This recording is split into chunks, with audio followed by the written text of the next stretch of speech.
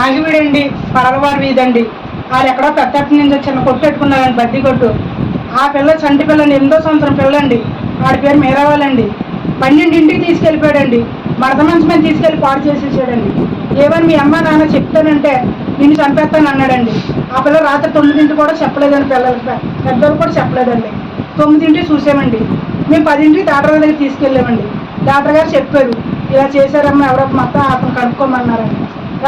రాత్రి ఇంటింటికి తిప్పామండి. అప్పుడు ఆ పిల్ల చెప్పిందండి, రాత్రి 1 గంటకి చెప్పిందండి ఆ పిల్ల. అప్పుడు అది తీసుకెళ్ళి కేసు పెట్టామండి ఆడి మీద. వాళ్ళందరూ కుటుంబం అందరూ ఉన్నారండి.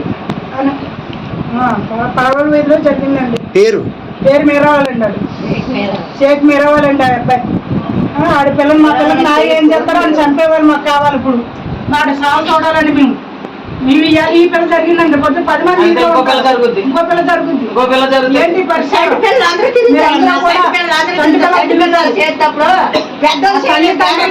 రక్తం చుక్కలాగా ఏడుతున్నారని రాత్రి తెల్లవారులు పెట్టుకుని పిల్లని ఆడి సాగు నాకు కావాలండి. పాలు తాగితే పిల్లుంటే ఆ పిల్లని చేసే పిల్లని చేసాడు. 8వ సంవత్సరం అండి పిల్ల. 8 సంవత్సరాల పిల్లని అలా చేసాడంటే అది మనిషి అర్థం పోతా ఇంటి పక్క ఇల్లు అలా చేసాడు.